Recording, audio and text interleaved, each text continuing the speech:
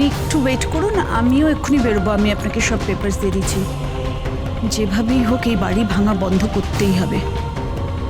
রাখি বন্ধনের বাড়ি আমি ভাঙতে দেব না, তার জন্য টাকার বন্যা বইয়ে দেব। রাখি বন্ধনকে আমার চাই চাই।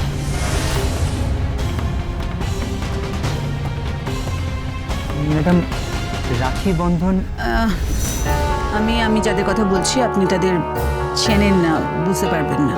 না ম্যাডাম, আমি বুঝতে পারছি। আমি সেই জন্যই জিজ্ঞেস করছি যে রাখি বন্ধন। প্লিজ স্টপ, থামুন আপনি, ওয়েট করুন, আমি এক্ষুনি রেডি হয়ে আসছি।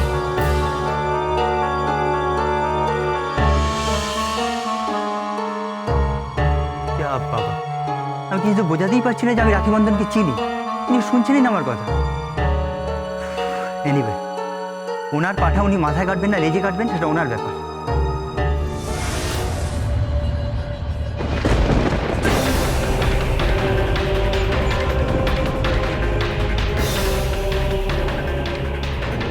এই মহিলা তো এই মহিলাকে।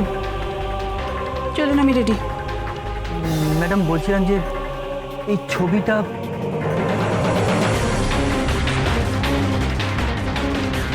আপনি চিনবেন না। সব ব্যাপারে আপনার এত কিউরিয়াসিটি কেন?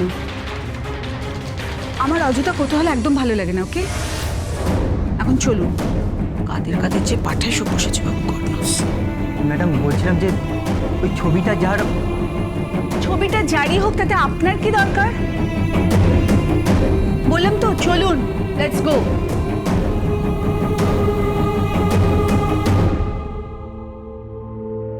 বাবা, আমি এই মহিলাকে কিছুতেই বোঝাতে পারছি না যে আমি এদেরকে চিনি। শুনছেন আমার কথা?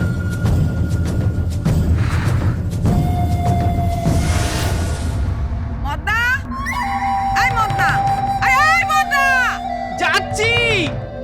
তাড়াতাড়ি আয়। বল, ডাকছিস? হ্যাঁ, এনে বাজারে যা, একটা ভালো থেকে মুরগি নিয়ে আসবি তো। মুরগি? হ্যাঁ। এখন কি হবে? স্টু বানাবো, স্টু। যা। কে খাবে দিদি?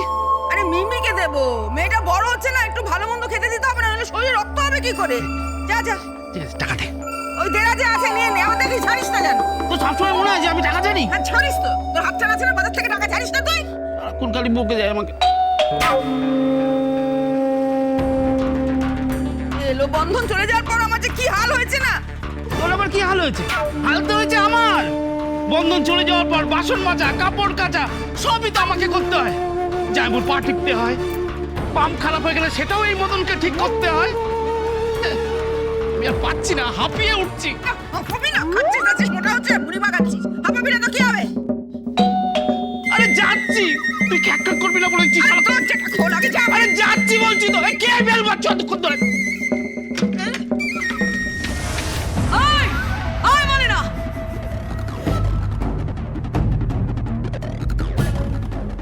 কি চম্পা, আবার কি হলো? এই, তুই বহুত স্কিম করছিস, হ্যাঁ? তুই বহুত চালু আছিস। কারণ কি হয়েছে, কি আমি কি করেছি? কি করেছিস মানে? তুই তো কখনো আমাকে বলিসনি যে তোর এই রাখি বন্ধনের মা সে বেঁচে আছে?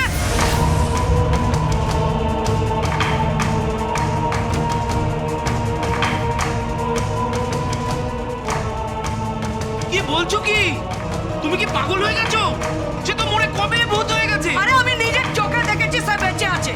আর একটু হলে না গেলো হয় যে তোর মা যদি পার্টিতে ঢুকে পড়তো, সব কেচে একদম ভন্ডুল হয়ে যেত।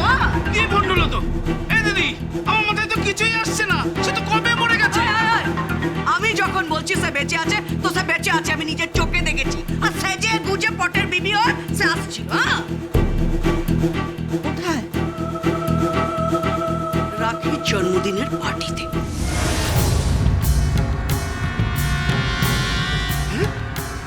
পার্টি? রাখির জন্মদিনের পার্টি হয়েছিল নাকি? হ্যাঁ, পার্টি হয়েছিল। আরে ওইটুকু ছেলে কেক ফেক এনে ওই বস্তির লোকজনকে নিয়ে হই হল্লা করছে। আর ওই লোকেশনকে টার্গেট করে ওই দুটো মহিলা, এই একটা মা আর একটা ইয়াপত্তা ঢুকে পড়ছিল। চম্পা, ওদের মা বেঁচে নেই। এই, আমায় কি বুড়বাক মনে হয়? হ্যাঁ, একটা ভুল হচ্ছে। এ দিদি, বল না যে। এই চাপ তো। আরে জিনিস মাথায় নিয়ে নেয়। এই চম্পার আইসাইট না কখনো বিট্রে করে না।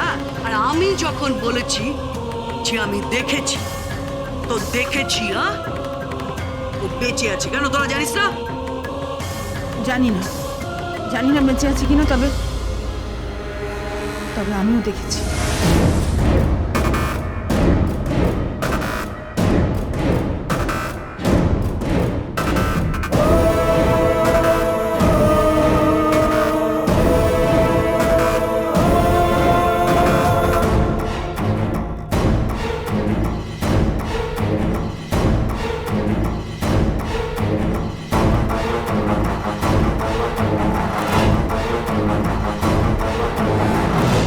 এই বলি না, আয় শোন, চম্পার কাছে কিছু হাইড করবি না। বল বল কি দেখেছিস বল। বহু সাথীর মতো দেখতে, শুধু সিঁথিতে বোধহয় সিঁদুরটা ছিল না। বোধহয় নয়, ছিল না। হাতে শাঁখা পলাও ছিল না, আর বউয়ের পোশাকও ছিল না। আরে, সেই জন্যই তো বলছি ওই মহিলা রাখি বন্ধনের মা নয়। নাই বা বলি কি করে, আর হ্যাঁ বা বলি কি করে?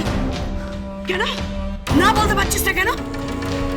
বহু সাথীর মতো দেখতে, কোনো পার্থক্য নেই। আর হ্যাঁ বলতে পারছিস না কেন? কারণ সাথী যখন মারা যায় তখন তার ডেড বডি বাড়িতে আনা হয়েছিল, আমরা শ্মশানে পুড়িয়ে এসেছিলাম। কিন্তু তোর চোখের সামনে কিসের পড়ানো হয়েছিল? হ্যাঁ, শুধু অ্যাক্সিডেন্টের জন্য সাথীর মুখটা খারাপ হয়ে গেছিল বলে তাকে চেনা যায়নি, শুধু শাড়ি জামা কাপড় এক ছিল। তাহলে তুই শিওর হচ্ছিস কি করে যে রাখি বন্ধনের মা মরে গেছে, ওই মহিলা রাখি বন্ধনের মা নয়? তোরা কি কোনো স্কিম করছিস নাকি? ওই বাড়িটার ভাগ নিবি? ওই বাড়ি আমি ভেঙে গুড়িয়ে দেব। ওর দিকে যদি কেউ চোখ তুলে তাকায়, কাউকে আমি ছেড়ে দেবো না বলে রাখলাম। এই চম্পা, ঠিক করে কথা বলো। আমরা না তোমার খাই না পড়ি। বেরিয়ে যাও এখান থেকে, বেরিয়ে যাও।